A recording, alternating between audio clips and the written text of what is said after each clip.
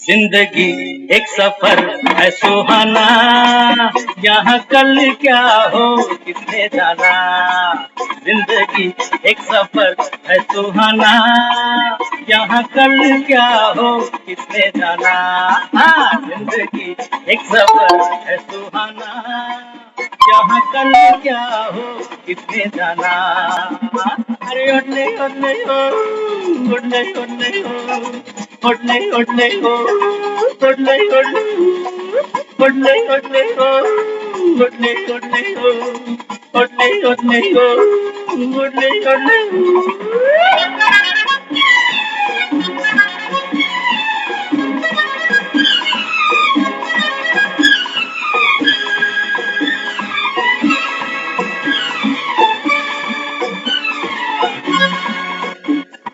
चांद तारों से चलना है आगे, आसमानों से बढ़ना है आगे। अरे चांद तारों से चलना है आगे, आसमानों से बढ़ना है आगे। पीछे रह जाएगा ये जमाना, यहाँ कल क्या हो किसने जाना। जिंदगी एक सफर है सुहाना, यहाँ कल क्या हो किसने जाना। उड़ने उड़ने हो, उड़ने उड़ने हो, उड़ने उड़ने हो, उड़ने उड़ने उड़ने उड़ने हो, उड़ने उड़ने हो।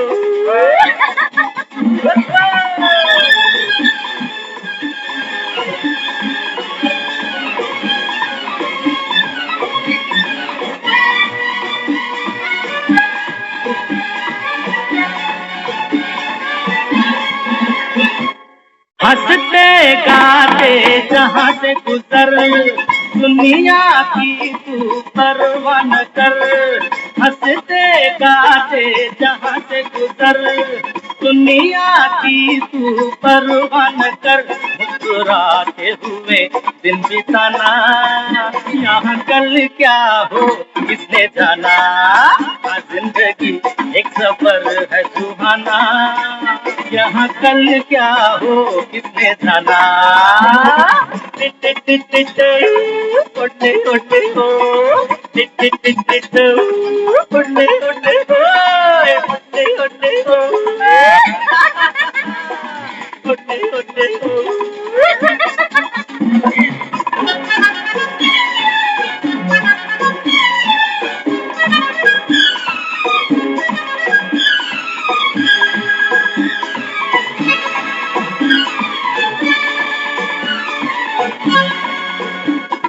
मौत आनी है आएगी एक दिन, जान जानी है जाएगी एक दिन। अरे मौत आनी है आएगी एक दिन, जान जानी है जाएगी एक दिन।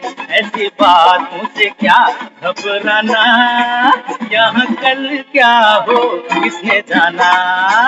जिंदगी एक सफर है सुहाना, यहाँ कल क्या हो किसने जाना। Tit tit tit tit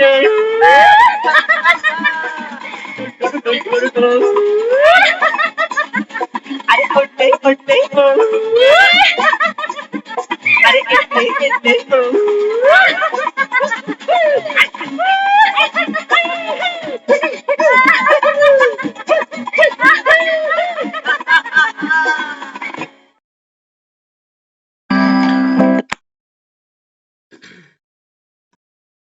Om Shanti. तो अभी जो ये गाना हमने सुना, ये ओम अपने शांति आप में दीदी। ओम शांति, ये गाना अपने आप में एक मुरली है। तो बाबा भी मुरली में क्या सिखाता है हमको, हंसते गाते कैसे इस जहां से गुजरना है और चांद सितारों से भी आगे जाना। दोनों चीजें सिखाता है ना, जीने की कला, how to live and how to die. तो गाना तो बहुत बेहतरीन है, जिसने भी लिखा, जिसने भी इसको गाया, लेकिन हमारी मुरली से तो ये बिल्कुल मैच कर जाता है। तो आज जो बाबा ने समझाया मुरली में, बाबा भी यही समझाता है बच्चे, जिंदगी एक सफर है सुहाना। बाबा कहता है दुनिया तो इस समय दुखधाम में बैठी है, क्योंकि कलयुग बाबा कहता है अभी अपनी चरम सीमा पर आ चुका। भले ही बाबा कहता है ये सोने के महलों में लंका में बैठे हैं, लेकिन बाबा कहता है आत्मा हलचल में है। क्या कल होगा ये किसने जाना, ये कोई नहीं जानता। लेकिन बाबा कहता है तुम जानते हो भंभोर को आग लगने वाली है। कलयुग बाबा कहता है बच्चे अभी गया की गया। तो इस समय हम और आप सब कहाँ बैठे हुए हैं? संगम युग पर। बाबा कहता है 4 युग तो तुमने सुने, हाँ, सतयुग, त्रेता, द्वापर, कलयुग। आत्मा की कलाएं हैं। सतयुग में आत्मा गोल्डन एज, त्रेता में सिल्वर एज, द्वापर में कॉपर एज, कलयुग में आयरन एज, और अभी संगम पर जो यहाँ बैठे हैं भगवान के सम्मुख, बाबा कहते हैं बच्चे ये आपके लिए क्या है? Diamond age. ये आपका जीवन बाबा कहता है अभी भी हीरे तुल्य समान है। क्यों? बाबा कहता है मैंने कोहिनूर निकाला है, इस मिट्टी में दबा हुआ था जन्मों जन्मों से। तो बाबा कहता है बच्चे अभी कोहिनूर को तलाशना बाकी है। हीरा होता है ना, उसको तराशते हैं। हाँ, तो बाबा समझाते कैसे तराशेंगे इसको। हंसते गाते जहां से गुजर, दुनिया की तू परवाह ना कर। देखो जब दुनिया में अंतिम यात्रा देखते हैं ना किसी की, तो जाने वाला तो किसी की परवाह नहीं करता। बच्चे छोटे थे, कैसे कमाएंगे खाएंगे, कौन देखेगा। जाने वाला तो किसी की परवाह नहीं करता। लेकिन वो सिर्फ स्थूल दिखाया गया, मुर्दा परवाह नहीं करता। लेकिन मुर्दा बनने से एक क्षण पहले इस जाने वाले को कितनी चिंताएं थी। चिंता किसने की? शरीर ने थोड़ी करी, आत्मा ने करी ना। आत्मा तो न्यारी हो गई, अब किसी और शरीर में जाना है इसको। तो हम ही हैं। हमें आप झोपड़े में बिठाओ या महल में बिठाओ, जिसको आदत है रोने की वो महल में भी रोएगा। तो आदत कौन सी लेके गए यहां से? फिक्रों की, गुलामी की, बंधनों की। कहीं भी जाकर बैठ जाओ। बाबा कहते हैं बच्चे सतयुग माना क्या? सतयुग कोई वेन्यू नहीं है कि मरकर हमको वहां जाना है, नहीं। ये सतयुग हमारी स्थिति है, हम आत्माओं की स्थिति है। गोल्डन एज माना मैं आत्मा दिव्य गुणों के साथ। दिव्य गुण क्या है आत्मा के? बाबा कहते हैं बच्चे आप आत्मा तो ज्ञान स्वरूप हो, सुख स्वरूप हो, प्रेम स्वरूप हो, शक्ति स्वरूप हो, आनंद स्वरूप हो, पवित्र स्वरूप हो। ये बाबा कहता है आपके दिव्य गुण है। ये बाबा कहता है क्वालिटीज हैं आत्मा की। आज आत्मा अपनी इन क्वालिटीज से बहुत दूर निकल आई है, तभी तो दुखी है। और कोई कारण मत जानना अपने दुख का कि भगवान ने किस्मत कैसी लिखी। हाँ, ऐसे ऐसे लोग मिले, ऐसी नौकरी मिली, ऐसा घर मिला, शरीर ऐसा मिला, संबंधी ऐसे मिले, रिश्तेदार ऐसे मिले। नहीं, बाबा कहते हैं बच्चे देखते हो ना, एक आयुर्वेदिक डॉक्टर के पास अगर जाओ ना, तो आप उससे कोई भी बात करो, कैसी भी बीमारी आप उसको डिस्कस करो, लेकिन वो हर बीमारी का बॉटम क्या बताता है? वो कहता है देखो शरीर के अंदर 3 प्रकृति हैं, वात, पित्त और कफ। जब इन तीनों का बैलेंस बिगड़ता है तब शरीर में बीमारी आती है। वो तो इस आधार पर पूरे शरीर की ट्रीटमेंट दे देता है।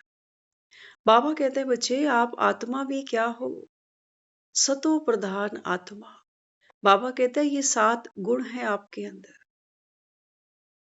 ये 7 क्वालिटीज हैं आत्मा की। देखते हो ना, हमारा शरीर भी तो 5 तत्वों से मिलकर बना है। अगर ऑक्सीजन ना मिले तो क्या हाल होगा? जी पाएंगे? पानी नहीं मिले तो जी पाएंगे? तो जैसे इन 5 तत्वों से शरीर बना है, हर मूवमेंट पर हमको इनकी जरूरत पड़ती है, आवश्यकता पड़ती है। बिना रोटी के चला लोगे पानी पर? नहीं चला सकते। तो क्यों हमारा शरीर कहते हैं मिट्टी से बना? क्योंकि मिट्टी हमको क्या देती है? हाँ, जो हम फल फ्रूट सब्जियां सब खा रहे हैं, अनाज खा रहे हैं, ये सब धरती से ही तो आ रहा है ना? तो जैसे शरीर को जिंदा रखने के लिए, स्वस्थ रखने के लिए हमको इन 5 प्राकृतिक तत्वों की अत्यंत आवश्यकता है। ऐसे ही आत्मा भी बाबा कहता है ना अस्वस्थ है, डिसईज, अपनी बीइंग में नहीं है। तो आत्मा भी इस समय विकारी बनी हुई है। अब बीमारी का कारण कुछ भी ढूंढ लो, इम्यूनिटी अपनी कमजोर होती है। कहते हैं मौसम बदल गया तो बीमार हो गया, मैंने आइसक्रीम खा ली ना तब बीमार हो गया। 2-3 बच्चों को एक साथ आइसक्रीम खिलाओ, सारे बीमार नहीं पड़ेंगे? सब नहीं बीमार पड़े। एक जिसकी इम्यूनिटी वीक होगी ना वो कहेगा कि मुझे तो आइसक्रीम खाने से गड़बड़ हो रही है। तो बाबा यहाँ क्या समझाते हैं? बाबा कहते हैं बच्चे जिंदगी तो सफर सुहाना है आपका। 84 जन्म का बाबा कहता है ये चक्र बहुत सुहाना था। रो धो नहीं कि जिंदगी ऐसी है क्या करें जी। हाँ, बाबा कहते हैं नहीं, सफर तो बहुत सुहाना था, फुल ऐश करके आए हो। सतयुग में, त्रेता में, द्वापर में और कलयुग में भी बाबा कहता है जरा एक बार देखो तो सही खुद को। कईयों से लाख दर्जे अच्छे बैठे हैं आज भी हम, शरीर से पूरे बैठे हैं। देखते हो दुनिया को, आते ही कोई बच्चा फिजिकली डिसेबल है, किसी की आंखें नहीं है, किसी का हाथ, किसी का पाँव, हाँ, अंदर के ऑर्गन्स। छोटे छोटे बच्चों को आज हम सुनते हैं हार्ट प्रॉब्लम्स है, छोटे छोटे बच्चों को शुगर है। कहाँ बैठे हैं? अच्छे घरों में बैठे हैं, अच्छा शरीर लेकर बैठे हैं, अच्छा खाते हैं, अच्छा पीते हैं, अच्छी एजुकेशन ले, सब कुछ है ना। क्यों है बाबा कहता है ये सब आपके पास क्यों है? दुनिया वालों के पास इतना सब कुछ नहीं है। नहीं है, क्यों नहीं है? बाबा कहते हैं बच्चे इसका भी कारण यही है क्योंकि आप वो आत्माएं हो, बाबा कहता है जो पूरे 84 का चक्र लगाती हो, संगम पर, हर संगम पर बाप से मिलन मनाती हो। बाप क्या करता है? हाँ, हम अपने बच्चों को कहते हैं ना हमारे जो बच्चे हैं ये हमारे जिगर का टुकड़े हैं, जिगर का टुकड़ा। जैसे पूरा शरीर है ना, तो पूरे शरीर में सबसे ज्यादा वैल्यू किसकी है? हार्ट की, दिल की। दिल अगर धड़कन रुक जाए तो बाकी ऑर्गन तो गए सारे। बाबा कहता है ऐसे ही यहाँ पर भी जब आते हो ना तो यहाँ वैल्यू किसकी है? दिल तख्त की। हाँ, बाबा कहता है देखो दुनिया में आप जैसा कोई लकी सितारा नहीं है क्योंकि आप ज्ञान सितारे बने हो अभी। बाबा कहता है देखो दुनिया में आत्मा तो भ्रिकुटी में सभी की है, भ्रिकुटी का तख्त मिलना बाबा कहता है कोई बड़ी बात थोड़ी है। लेकिन हाँ, भगवान के दिल तख्त पर बैठ जाना, ये बाबा कहता है ये सौभाग्य तो केवल आपको मिलता है। इसलिए बाबा ने आज क्या बताया? हंसते गाते जहां से गुजर और दुनिया की तू परवाह ना कर। आज तो हम वहां बैठे हैं, जीते जी तो छोड़ो, हमें तो मरने के बाद भी चिंता किनकी लगी होती है, पीछे से इनका क्या होगा। बाबा कहते हैं बच्चे दुनिया का ठेकेदार तू कि मैं, दुनिया का मालिक मैं कि तू। हम जब नहीं थे तब भी दुनिया फर्स्ट क्लास चल रही थी, है ना? अगर पीछे देखें कि यहाँ पर कोई 50 साल पुराना बैठा होगा, कोई 70, तो कोई 80, तो कोई 40, हो सकता है कोई उससे भी कम। हम दुनिया में जब नहीं रहेंगे तो क्या लगता है सूरज नहीं निकलेगा, बाजार नहीं सजेंगे, दिवाली नहीं आएगी या होली नहीं आएगी? स्कूल भी खुलेंगे, त्योहार भी होंगे, मिठाइयां भी बटेंगी, मंदिर भी खुलेंगे, कुछ नहीं बदलेगा दुनिया में। देखते नहीं क्या कितने चले जा रहे हैं, और सृष्टि का चक्र तो घूमे जा रहा है, घूमे जा रहा है। एक हमारे ना रहने से इंच भर इस दुनिया को कोई फर्क नहीं पड़ता। पता ही नहीं लोगों को कि हम दुनिया से चले ही गए। बैठे भी थे 70-80 साल से, ये भी किसी को पता थोड़ी है। कितने जानते हैं हमें? अगर गिनोगे 200-250 लोगों से ज्यादा हमें कोई नहीं जानता हो। उसमें से भी 10-20 हैं जो खास रोज के मिलने जुलने वाले हैं, है ना? तो बाबा अपने को क्या समझाता? बाबा कहता है इस संसार से हंस के और गा के जाना। बाबा कहता है बच्चे ये एक कला है, और उसके लिए बाबा हमको क्या दे रहा है आज? एक वशीकरण मंत्र चाहिए। हाँ, वो देखते हो सड़कों के किनारे वो छोटे छोटे टेंट लगा के बैठे रहते हैं। वशीकरण मंत्र। प्रेमिका को वशीकरण करो, पत्नी को करो, पति को करो। वो मंत्र चाहिए कि दुनिया से हंसते गाते गुजर जाए, वो वशीकरण मंत्र चाहिए। क्या करना पड़ेगा? चाहिए क्या? पहले तो ममता दीदी, क्या कौन सा मंत्र चाहिए आपको? भाई जी को वश करने का?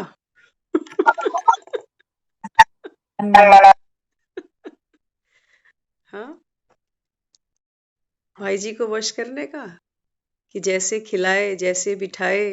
बाबा कहता है ना। हाँ, बाबा कहते हैं बच्चे इस समय वशीकरण मंत्र भगवान दे रहा है कि इस दुनिया में अगर चाहते हो ये 4 दिन की जिंदगी हंसकर गाकर निकल जाए, तो बाबा कहता है बच्चे एक ही मंत्र है। कौन सा? बाबा कहता है अपने को आत्मा समझ, अपने बाप को याद करो, मामेकम याद करो, मन मना भव। क्या फायदा होगा इससे? क्या फायदा होगा? देखो दुनिया में भी लोग जाते हैं मंत्र लेने गुरुओं के पास। कोई कहता है नौकरी नहीं लग रही, कोई कह रहा है छोकरी नहीं मिल रही, कोई कहता है मकान नहीं बन रहा। सबके अपने अपने इश्यूज हैं, है ना? तो पंडित जी भी क्या करते हैं, गुरु लोग भी क्या करते हैं, कोई मंत्र पकड़ा देते हैं और क्या कहते हैं, कान में मंत्र दे रहा हूं, किसी को बोलना नहीं, नहीं तो खंडित हो जाएगा। दक्षिणा भी देते हैं, पैर भी छूने पड़ते। यहाँ क्या दे रहा है वो कहता है मेरे पैर तो है नहीं, मेरे पैर मत पकड़ना। खोजना नहीं मेरे पैर, कि भगवान के पैर पकड़ लूं, कि मुझ पे प्रसन्न हो जाए। वो कहता है नहीं, टीचरों के पैर थोड़ी पकड़े जाते हैं। टीचरों के पैर नहीं पकड़े जाते। टीचरों के फूट स्टेप्स को कॉपी किया जाता है, फॉलो किया जाता है। तो बाबा यहाँ कहता, बाबा कहते हैं बच्चे आपको जो मंत्र दे रहा हूं ना, इसकी बाबा कहता है बच्चे दीक्षा आपको क्या देनी पड़ेगी, क्योंकि कहते हैं अगर गुरु को दीक्षा नहीं दो ना, तो मंत्र फलीभूत नहीं होते, फलते नहीं, फल नहीं लगते। श्रद्धा होती है तभी तो दीक्षा जाकर कोई किसी को दे आता है। हाँ, ये तो एक दुनिया में देखते सुनते आए हैं ना, एक रस्म है, ये एक लॉ बना है कि जिसको गुरु माना उसको मुंह मांगी। देखते थे वो एक एग्जाम्पल दिखाया एकलव्य का। द्रोणाचार्य के पास गया और कहने लगा मुझे ये विद्या सिखाओ। तो द्रोणाचार्य ने मना कर दिया कि तू तो क्षत्रिय नहीं है ना, तो मैं तो तुझे ये शिक्षा नहीं दे सकता। तो एकलव्य ने क्या किया, उनकी मूर्ति बनाई और अभ्यास शुरू कर दिया। ऐसा अभ्यास किया कि उनका जो नंबर 1 शिष्य था अर्जुन, उसको भी डिफीट कर दिया। तो जब द्रोणाचार्य ने उसका वो जौहर देखा तो दंग रह गया। कहते तेरा गुरु कौन है? तो कहने लगा आप ही तो हो। हाँ, तो देखी इसने तो मेरी मूरत बना रखी है। फिर उससे क्या मांगा? अंगूठा ही मांग लिया। हंसते हंसते दे दिया उसने, जबकि बनता नहीं था देना। हम तो ये मानते हैं जब आपने कुछ दिया ही नहीं हमें, कुछ सिखाया ही नहीं हमें, तो दीक्षा कैसी? फिर आपको पता ही नहीं कि ये शिष्य इतना लायक कैसे बन गया। लेकिन फिर भी द्रोणाचार्य ने, क्योंकि अर्जुन को उठाना था, तो एकलव्य को गिरा दिया। हम में से है कोई एकलव्य? अर्जुन तो बाबा ढूंढ रहा है, बना रहा है, लेकिन हमारा पुरुषार्थ तो पर्सनली कह रहे हैं आपको, हम तो चाहते हैं एकलव्य बने, एक ही लक्ष्य हो, एक ही लगन हो बस। हाँ, तो बाबा कहते हैं बच्चे आपको क्या करना पड़ेगा, दीक्षा तो देनी पड़ेगी। नोट तो नहीं मांगता वो, हमारे नोट उसके किसी काम के नहीं है। वो कहते हैं नोट आप अपने पास रखो, तुम्हारे काम आएंगे, दवा दारू के, बीमारी हारी के, कफन भी तो खरीदने पड़ते हैं। हमें तो चाहिए मरते दम तक नोट, भगवान क्या करेगा। हाँ, वो कहता है देखो अगर हंसते गाते तुमको दुनिया से जाना है ना, तो तुमको जो ये मंत्र दे रहा हूं मैं, मामेकम याद करो। बाबा कहते हैं बच्चे इस मंत्र से क्या होगा, जितना बाबा कहता है आप एकांत में बैठकर, एकांत माना वो नहीं कि कमरा बंद कर लिया और अकेले बैठे हैं बुद्धू बन के, ऐसे नहीं। अक्सर हम शब्दों के मतलब भी गलत चुन लेते हैं। एकांत, बाबा कहता है एक की याद में, वो हम भीड़ में भी कर सकते हैं। उसके लिए जरूरी नहीं है कि जंगल में जाकर बैठेंगे, गुफा में जाकर बैठेंगे, कितनी देर बैठ जाओगे। भीड़ में तो उतरना पड़ेगा, परिवार छोड़ के थोड़ी कहीं भागेंगे, दफ्तर दुकान नौकरी छोड़ के थोड़ी कहीं भाग जाएंगे। बाबा कहते हैं बच्चे देखते हो ना, कई लोग आपस में बैठ के गपशप मार रहे होते हैं, और एक कोई होता है जो कुछ अपनी स्वेटर बुन रहा है, अंदर अंदर कुछ और ख्याल चल रहा है। तो दूसरा कहता है अरे तू बोल तो सही कुछ, क्या कहता है तू। वो कहेगा किस बारे में, कहता है ले तूने कुछ सुना नहीं, कहते नहीं मेरा ध्यान कहीं और था। करते हैं ना हम, भीड़ के बीच में भी हम चाहें तो अपना ध्यान, अपना जो हमारी पावर है, अपनी जो हमारी एकाग्रता की शक्ति है, वो कहीं हम और भी जोड़ सकते हैं, है ना। तो बाबा कहते हैं बच्चे ये जो मंत्र आपको दे रहा हूं इससे क्या मिलेगा। इससे बाबा कहता है तुम जो सोचते हो कि किसी की प्रेमिका वशीकरण में आ जाए, किसी का पति, किसी की पत्नी, किसी के बच्चे, वो सब तो बाबा कहता है ये सब तो तुम्हारे बैठे हैं ना बाहर। बाबा कहता है इनको कमाने दो, कौन किसके वश हो रहा है। हो तो बहुत कुछ रहा है बाजार में, बाबा कहता है बच्चे यहाँ देखो, हाँ रिद्धि सिद्धि वाले भी तो कितने बैठे हैं। अब कहते हैं पैसा दो हम आपका ये काम करा दें, कुछ खिला देंगे, कुछ क्या करा देंगे, क्या क्या करा देंगे, है ना। लेकिन बाबा कहता है बच्चे ये तो प्रेम की बात है, प्रेम होगा, प्रेम में वो ताकत है जो किसी को भी वश कर लेता है। हमने किया ना, भगवान कहता है देखो, हाँ बाबा कहता है भगवान बच्चों के वश में बंधा हुआ है। जब बैठते हो, जिस समय बैठते हो कि हम 9 बजे मुरली सुनेंगे, हमारे पास 9 बजे का टाइम है, तो देखो वो भी आ जाता है 9 बजे। जिन आत्माओं ने भगवान का वशीकरण कर लिया हो, जिन बंदरों ने मदारी को नचाना सीख लिया हो, उससे बड़ा सूरमा और कहाँ ढूंढोगे। तो बाबा कहते हैं बच्चे जब आप एकांत में बैठकर अपने को आत्मा देखते हो, गाना सुना ना, चांद तारों से चलना है आगे। तो चांद सितारों से चलने को तो साइंस देखो, कभी चंद्रमा पे पहुंच जाते हैं, कभी मंगल पे पहुंच जाते हैं। बाबा कहते हैं बच्चे ये पैसा भी खराब कर रहे हैं, समय भी। हाँ, बाबा कहते हैं तुम जानते हो कि चांद सितारों से कहाँ जाना है आगे, अपने घर जाना है, परम धाम जाना है। तो बाबा आज कहता, बाबा कहते हैं जब आप ये माला जपते हो ना, बाप को याद करते हो, तो बाबा कहते हैं फिर ये जो संसार की माया है, सारा दिन आत्मा इसी के साथ तो खेलती है। ये माया ही तो डमरू बजाती है और बंदर नाचते हैं कि भागो, घड़ी आगे भाग रही है, कोई स्कूल जा रहा है, कोई दफ्तर जा रहा है। बाजार देखा करो माया का सुबह सुबह कैसे सजता है। लोग दिहाड़ी मजदूर दिहाड़ी पे निकल गए, बच्चे स्कूल चले गए, माताएं बहनें घरों के काम कर रही हैं। देखो दुनिया कैसे नाच रही है। आज से बहुत साल पहले हमें एक कहानी अक्सर बहुत प्यारी लगती है। और जब हमको इतना कुछ नहीं भी पता था ना, तब ये कहानी हमको कहीं जोड़ती थी, कुछ अंदर था इसके। बहुत कुछ मिला हमको इस स्टोरी से। बताते थे एक व्यापारी था, तो गांव से वो चला व्यापार करने। तो उस समय तो ये गाड़ियां वगैरह सब नहीं होता था, तो बैलगाड़ी थी उसके पास में। तो बैलगाड़ी पर उसने अपना माल डाला और शहर की तरफ जाने लगा। चलते चलते शाम हुई, रात हुई, अंधेरा पड़ गया। तो रास्ते में सोचा अब रात को कहाँ अंधेरे में भटकूंगा, तो चलो आराम करता हूँ, सुबह होते ही आगे बढ़ जाऊंगा। तो कहानी बड़े अच्छे मोड़ पर चलती है। तो जब वो आता है आराम करने, तो यहाँ पर देखता है कि कुछ झाड़ फूल पेड़ पौधे सब हैं। तो देखता है एक कुआं है। तो कुएं की जो बाउंड्री होती है ना, उसके ऊपर वो लेट जाता। अब जब लेटता है तो उसकी आंख लगती है। आंख लगती है, पलटी लेता है तो कुएं के अंदर संजोग से वो कुआं सूखा है, उसके अंदर पानी नहीं है।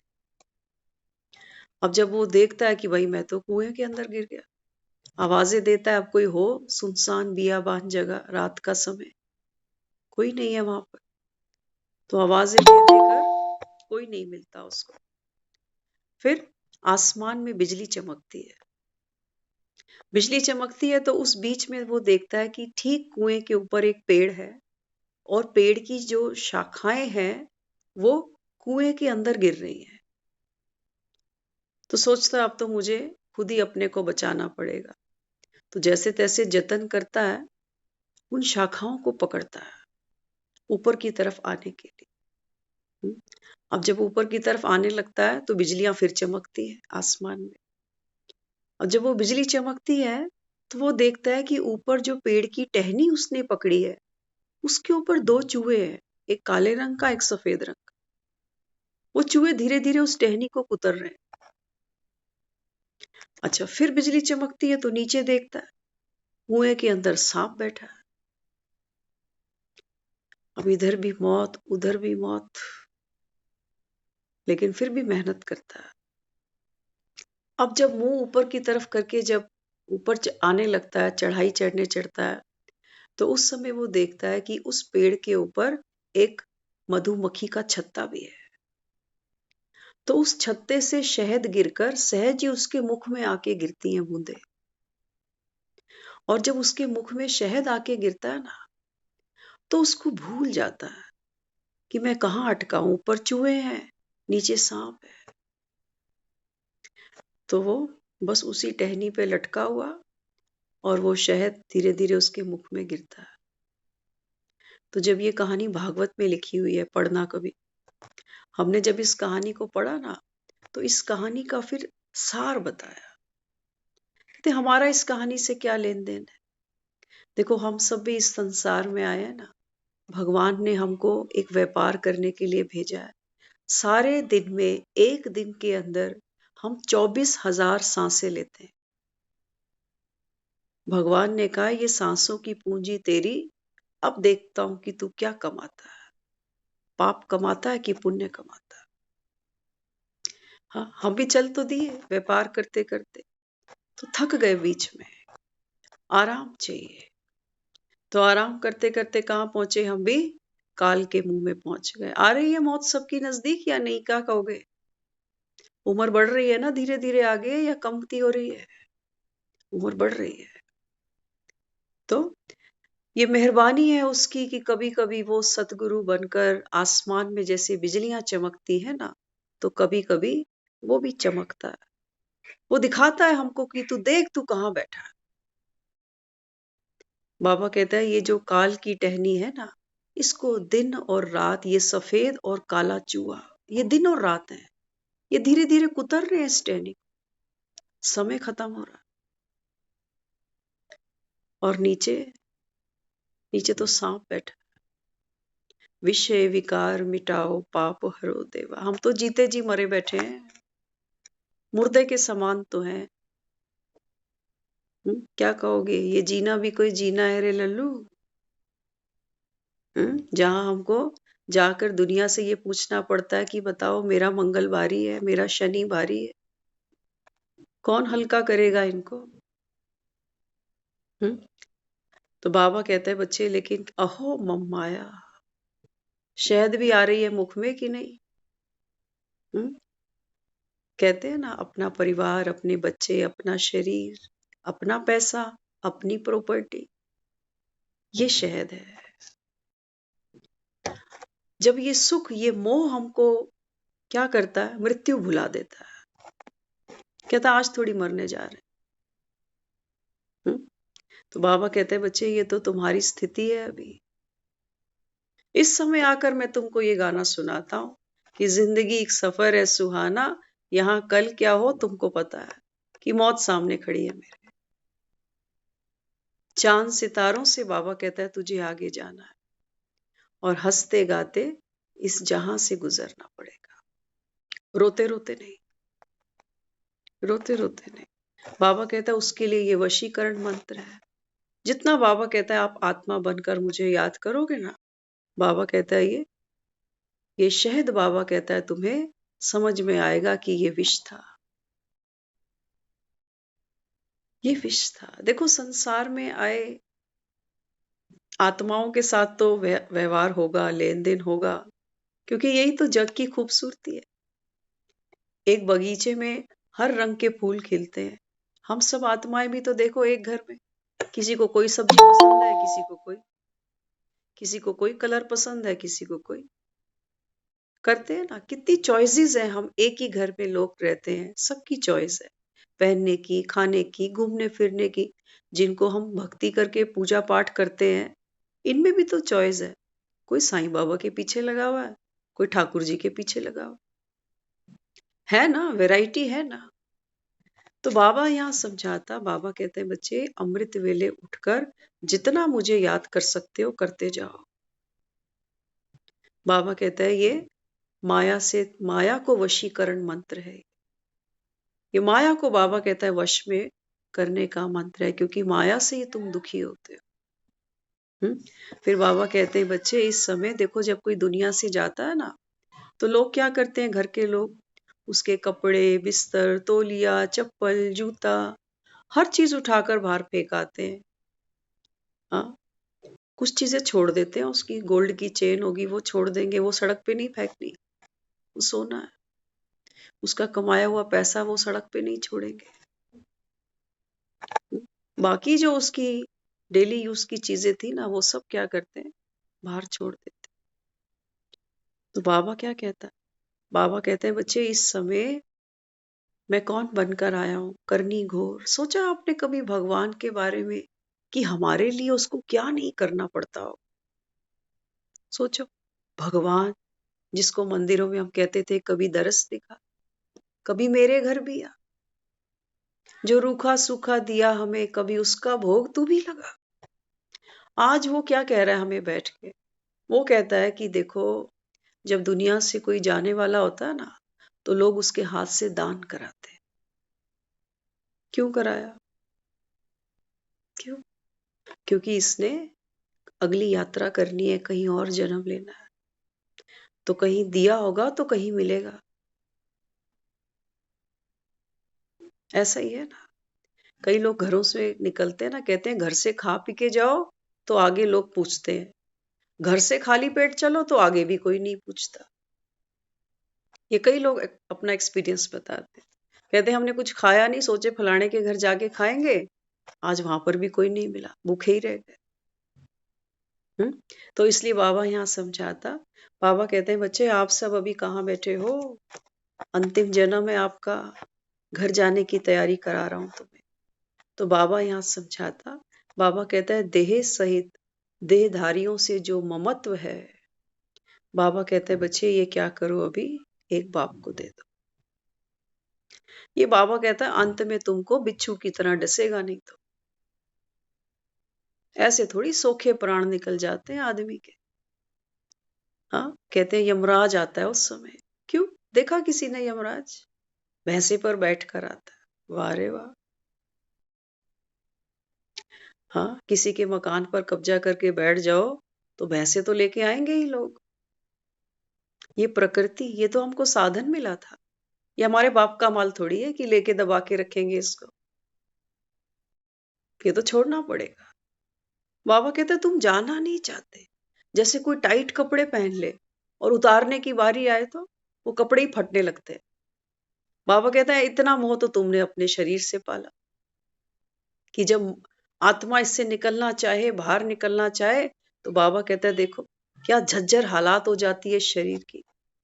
कितने ऑपरेशन करा बैठते हैं, कहाँ कहाँ से ये गाड़ी डैमेज होती है, लेकिन हमारा मोह इससे फिर भी भंग नहीं होता।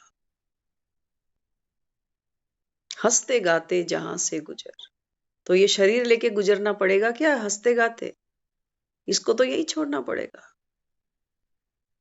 अरे नाव में बैठे थे, नदी पार लगी, नाव तो छोड़ो नदी में कि नाव भी सर पे उठा के चल पड़े अभी। इसलिए बाबा कहते हैं बच्चे, दुनिया से जब कोई जाता है तो क्या करते हैं? उसको सफेद चादर डालते हैं। लेकिन दुनिया में जब कोई जाता है सफेद चादर उसको डालते हैं, इसको तो शमशान तक ही ले जाएंगे बस। ये तो कोई सुख नहीं है, ये तो बेहद दुख की बात है। बाबा कहते हैं बच्चे इस समय सफेद कपड़े तो बाबा कहता है तुम भी पहनते हो, लेकिन बाबा कहता है तुम शमशान तो नहीं भेजता, तुम्हें फरिश्ता बना देता। तो बाबा कहते हैं देखो तुम्हारे सफेद कपड़े ये मरने की ही निशानी है। क्यों पहनाया किसी को सफेद कपड़ा हमने जाते समय? क्यों पहनाया सफेद कपड़ा? देखो बाबा ने आज कितना सुंदर बताया। बाबा कहते हैं बच्चे मरने वाले पर हमेशा सफेद चादर डालते हैं, कोई भी दाग ना हो। सफेद चादर। बाबा कहते हैं जाने वाली आत्मा के ऊपर, आत्मा तो नहीं शरीर की बात करेंगे क्योंकि डेड बॉडी को ही पहनाया जाता है, आत्मा तो निकल चुकी। लेकिन बाबा कहते हैं सफेद कफन क्यों पहनाया? ये समझा कि जाने वाली जो आत्मा थी ये बेदाग थी। बेदाग समझते हो क्या होता है? बाबा कहते हैं बच्चे अंत समय जो आत्मा इस शरीर रूपी चोले को हंसते गाते जहां से गुजर, तुम क्या लाए थे जो तुम्हारा छूट गया, जो तुम रो रहे हो? क्या ले आए थे दुनिया में? क्या ले आए थे हम? जैसे गोभी का पत्ता और गोभी की वो होती है ना फूल गोभी, कभी देखना फूल गोभी हाथ में लेके बैठो तो ऐसे ऐसे एक एक उसकी परत अपने आप खुलने लगती है। खोलते जाओ गोभी को कुछ भी हाथ नहीं लगेगा, लास्ट में एक डंठल मिलेगा बस। बाबा कहते हैं ये तो सब तुम्हारी परतें हैं जिनको माँ बाप भाई बहन बच्चे परिवार पैसा घर मकान दुकान, ये तुम्हारे पद, ये तुम्हारी कुर्सियां, ये तो बाबा कहते हैं जैसे गोभी के पत्ते हैं ये तो बाबा कहते हैं तुम इन्हीं को रोए जा रहे हो कि हाय मेरा हाय मेरा। इसलिए बाबा कहते हैं बच्चे वो आत्मा बेदाग है जो बाबा कहता है जीवन मुक्त स्थिति का अनुभव करती गई है। कहते ना ना नौकरी की चिंता ना रोटी की फिक्र। हाँ दुनिया में लोग कहते हैं भगवान बैठा है ना खिलाने वाला, जिसने पैदा किया है उसने वायदा किया।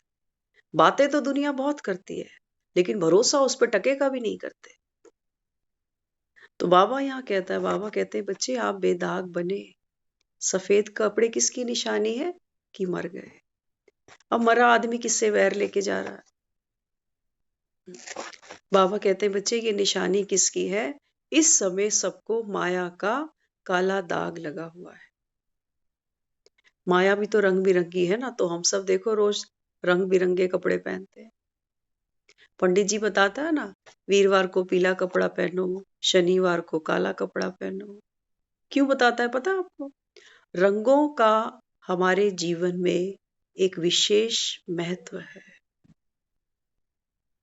रंगों का कभी कभी कुछ ऐसी ऐसी बीमारियां होती है, जॉन्डिस होता है ना, डॉक्टर मना करता है पीली चीजें मत खाना, होता है ना।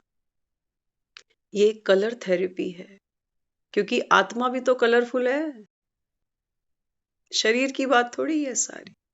हीरा हाथ में पकड़ना, हीरे को घुमाना कभी लाइट के सामने,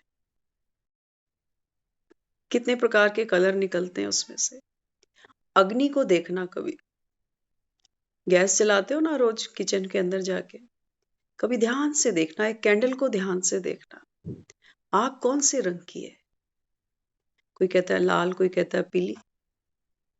ध्यान से देखोगे इसके अंदर आपको वायलेट कलर भी मिलेगा, ग्रीन भी मिलेगा, ब्लू भी मिलेगा, स्काई ब्लू भी मिलेगा, ऑरेंज भी मिलेगा, येलो भी मिलेगा, रेड भी मिलेगा। बाबा कहते हैं ये सब क्या है, ये कलर, ये कलर बाबा कहते हैं वास्तव में ये आत्मा की बात है।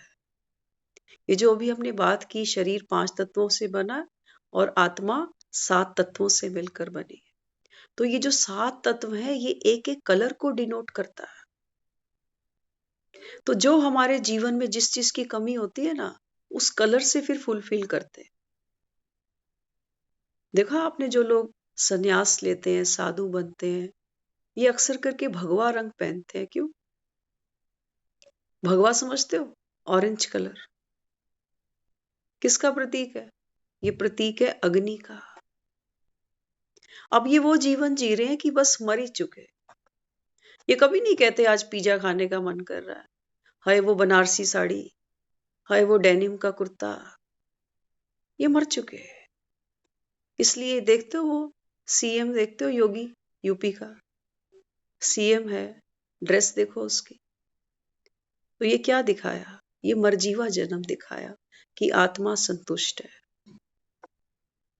ये माया के रंगों में भटकती नहीं है, अभी अपने अंदर से भरपूर है। अब इसको संसार के वो सुख नहीं भटका सकते कि मकान देखा तो ललचा गए, किसी के कपड़े देखे तो ललचा गए। इसलिए बाबा हमको समझाता, बाबा कहता है जैसे चांद को देखते हो ना, तो चांद पर भी क्या है? चांद पर भी कहते हैं दाग है। हाँ, तो चांद पर जो ग्रहण दिखाया गया, हाँ वास्तव में बाबा कहता है बच्चे ये बात तो ग्रहण की है, आत्मा को भी विकारों का ग्रहण लगता है। तो बाबा कहता है इससे फिर सारी विश्व की आत्माएं, बाबा कहता है जैसे ग्रहण लगा हुआ है। देखते हो सबका मूड, घर में कोई आया, कोई भड़क रहा है, कोई चिल्ला रहा है, ये आत्माओं को ग्रहण लगा पड़ा। कभी क्रोध का, कभी लोभ का, कभी अहंकार का।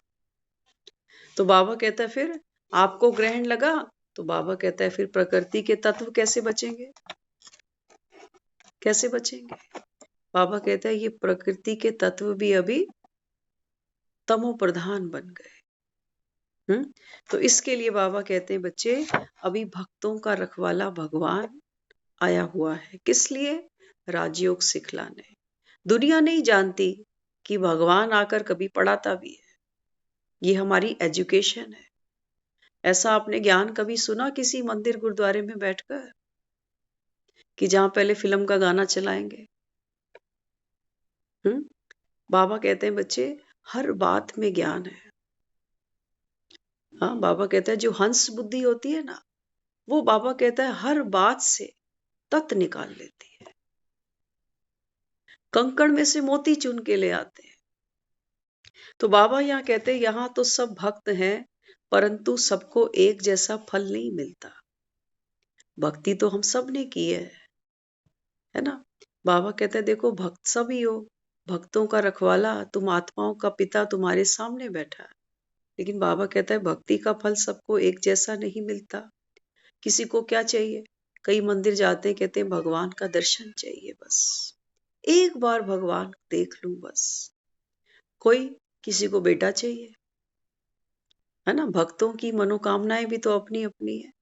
लेकिन बाबा कहता है भक्ति में तुमने जो भी मांगा, बाबा कहता है बच्चे ये तो जैसे सागर के सामने खड़े होते हो ना, तो चुल्लू चुल्लू भर बाबा कहता है मांगते हो कि मकान चाहिए, दुकान चाहिए, बच्चा। बाबा कहता है सब टेम्परेरी है। श्वास छूटी सारा खेल खत्म तेरा। हाँ, बाबा कहता है तुझे मर के याद थोड़ी रहेगा कि तूने पिछले जन्म में भगवान का दीदार किया था, इतने धक्के खाए थे, इतना तप तपस्या की थी। कुछ भी याद नहीं रहेगा। और ये जो बच्चे मांग मांग के ले रहे हो, ये याद है किसी को पिछले जन्म में कौन कहाँ था? किसी को भी याद नहीं। इसलिए बाबा कहते हैं बच्चे गृहस्थ में कमल के फूल के समान आपको अभी बनना है। गृहस्थी में रहो, परिवार में रहो, हाँ, लेकिन बाबा कहते हैं रहना कैसे पड़ेगा? कमल फूल के समान। कमल का फूल होता है ना, वो कीचड़ से ऊपर उठ जाता है। बाबा कहते हैं ये आत्मा रूपी कमल, इसको बाबा कहते हैं अभी खिलना है।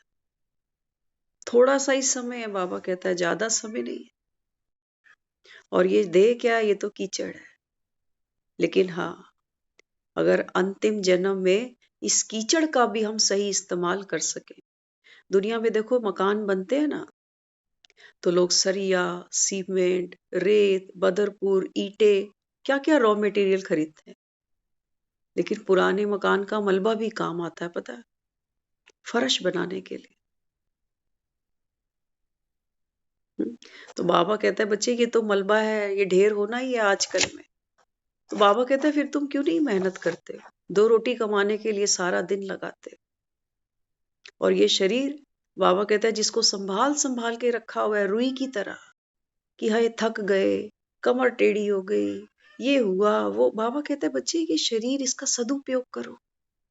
संकल्प की शक्ति से बाबा कहता है जो चाहे इस समय अपने भाग्य में लिख लो, क्योंकि आत्मा इस समय परमात्मा की डायरेक्शन पर पुरुषार्थ कर रही है। बाबा कहता है 84 जन्मों का भाग्य अभी लिखना है, तो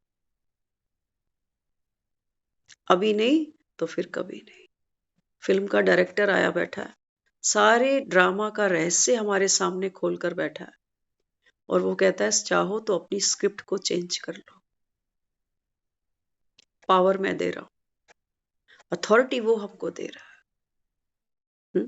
तो बाबा यहाँ समझाते आज की मुरली में बाबा ने एक बहुत खूबसूरत बात समझाई, हमें बहुत पसंद आई। बाबा कहते हैं बच्चे, दवा और दुआ,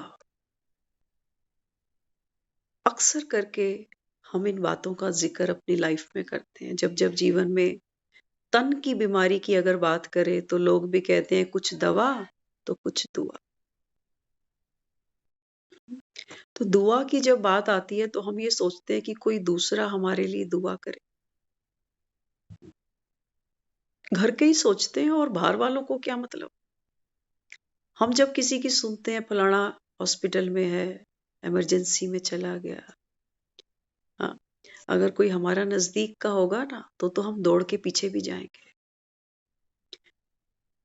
नहीं तो कई दिन तक तो ख्याल ही नहीं आता, कहते अरे उसका क्या हुआ, बहुत दिन पहले आपने बताया था कुछ ऐसा। हम्म, बाबा कहते हैं बच्चे, दुआ वो नहीं।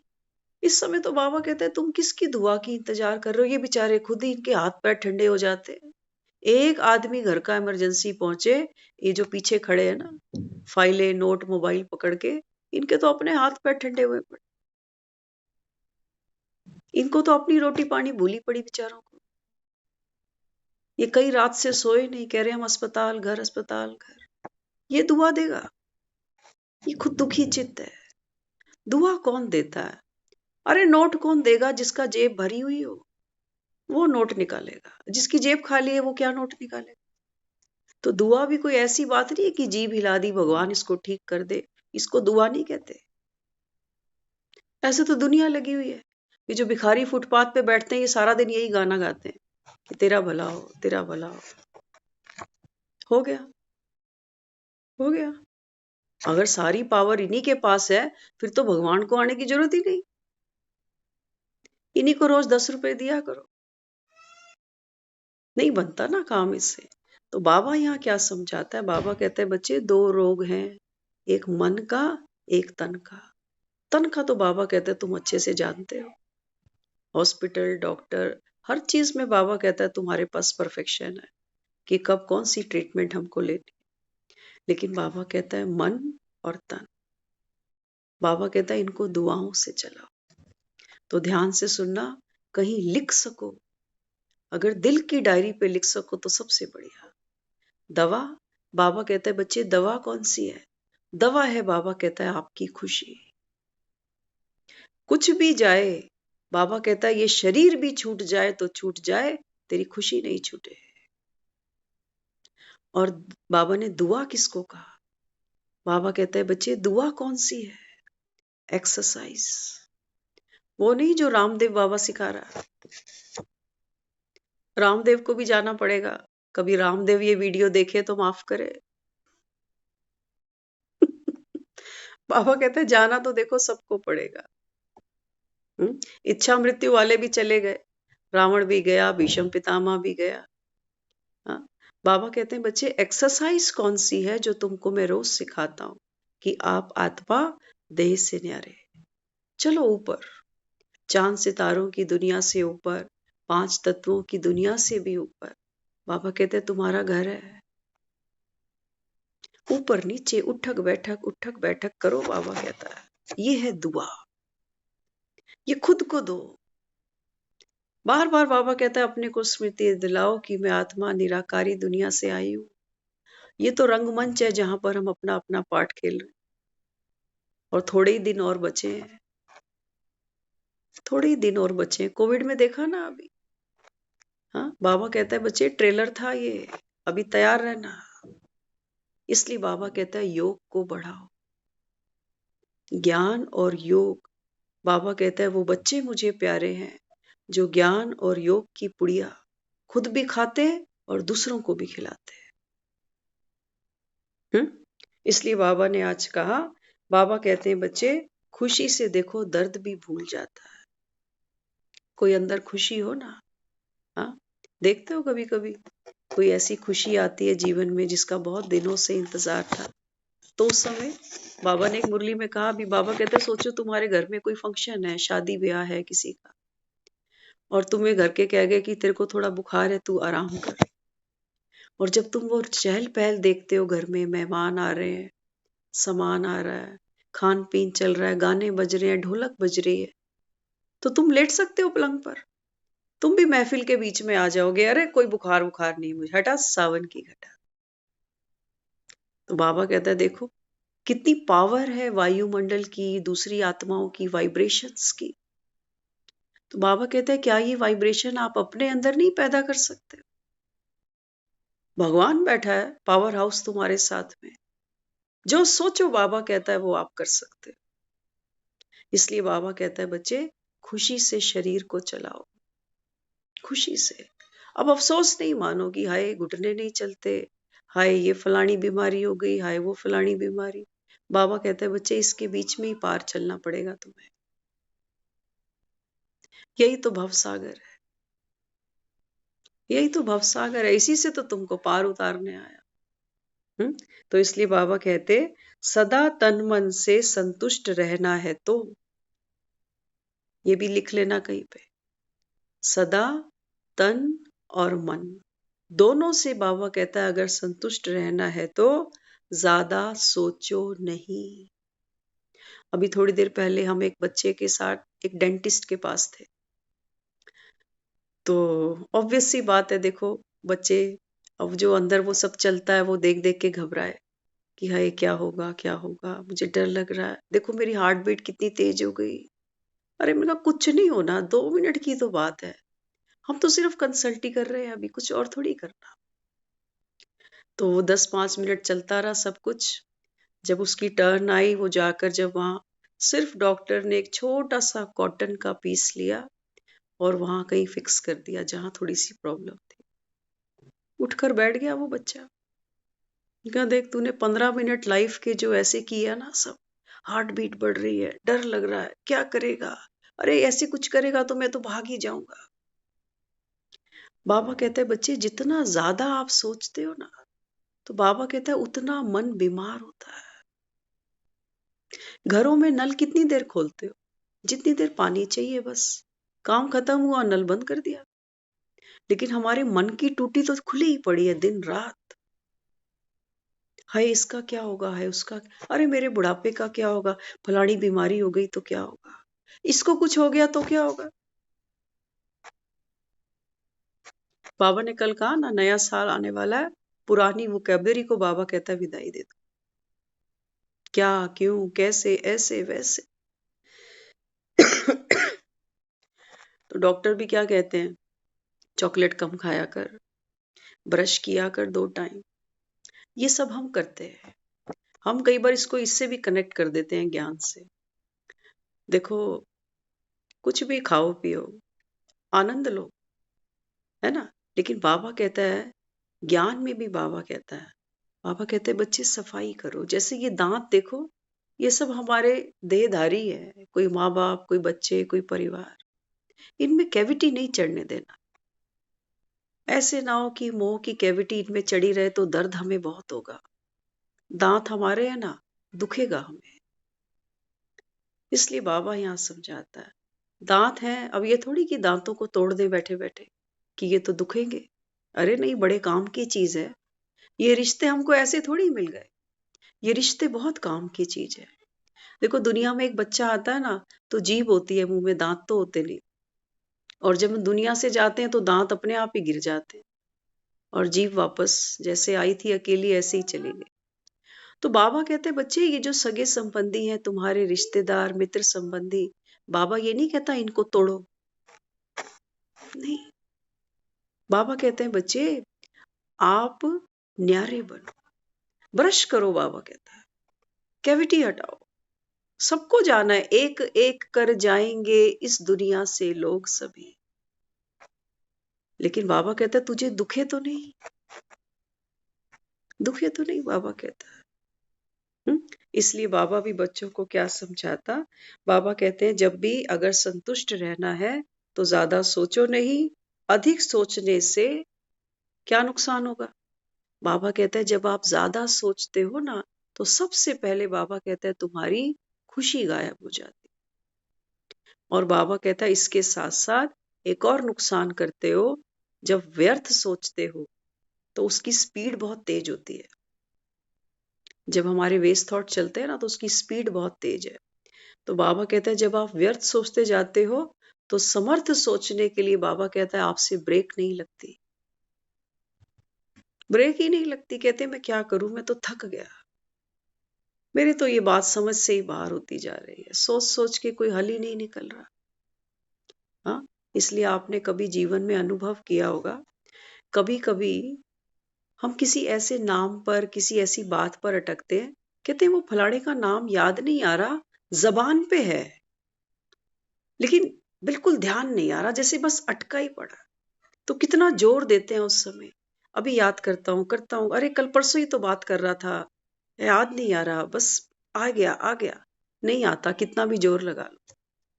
लेकिन जब उस बात को हम भूल जाते हैं, कहीं बैठे हैं आराम से, पानी पी रहे हैं, कोई फिल्म ही देख रहे हैं, अचानक वो बत्ती जगती है और कहते हैं अरे याद आ गया, याद।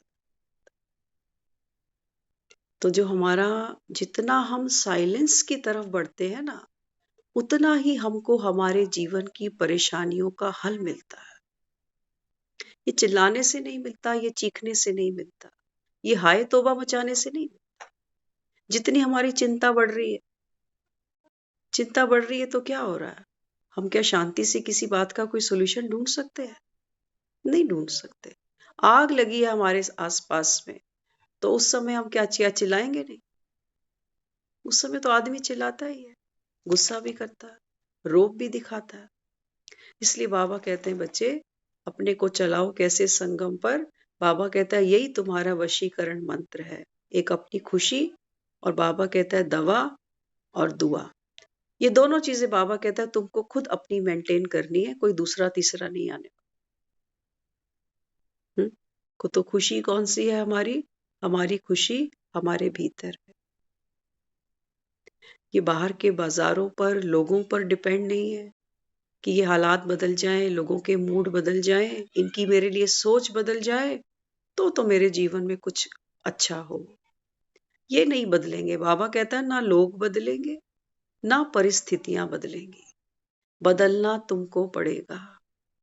हनुमान को देखा ना आपने, रामायण सीरियल हम सब ने देखा।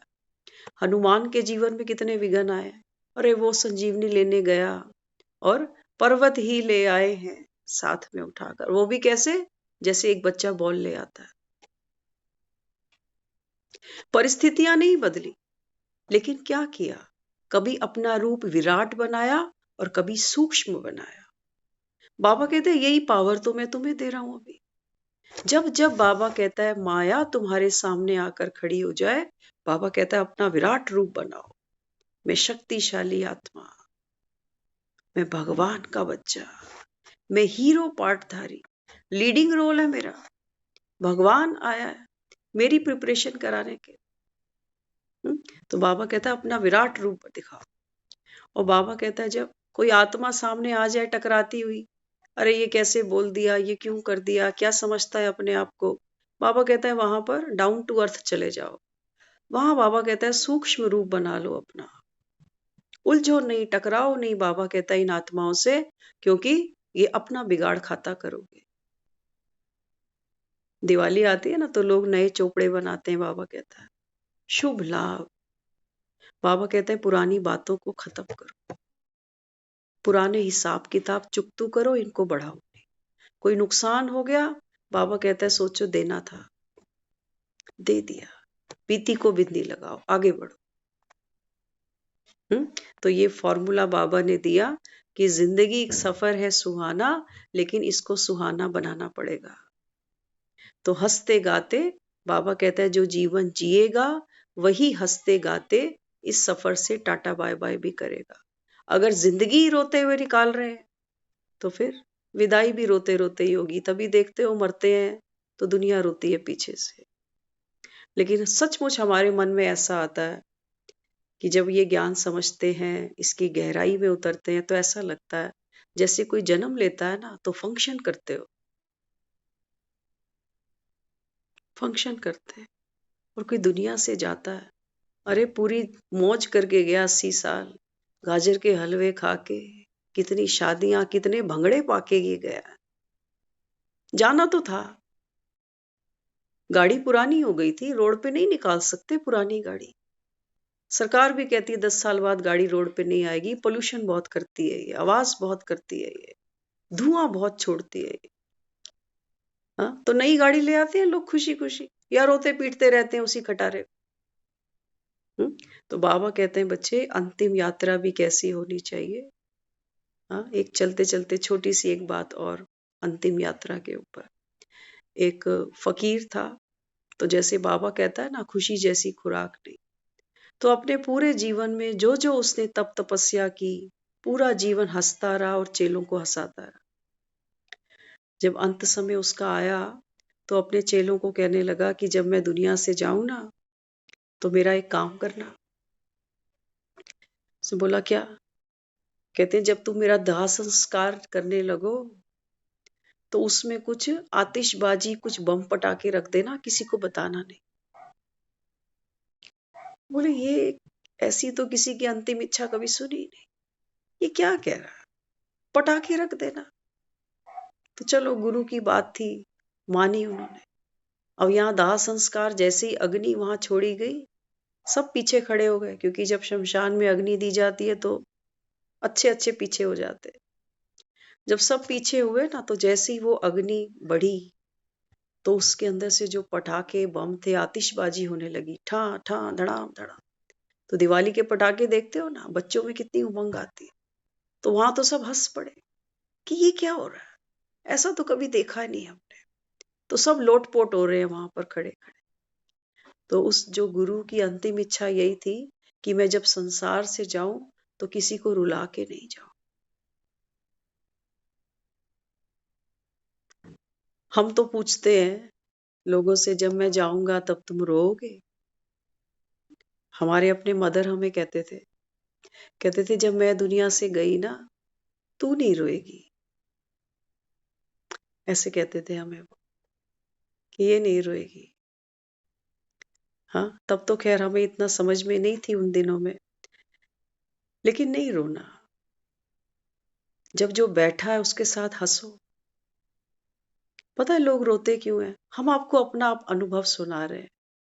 हमने कभी जीवन में भी नहीं सोचा था, क्योंकि मौत सुनता तो हर कोई है, लेकिन जो इतना क्लोज है अपने कि ये इतनी सी एज में चल निकलेगा।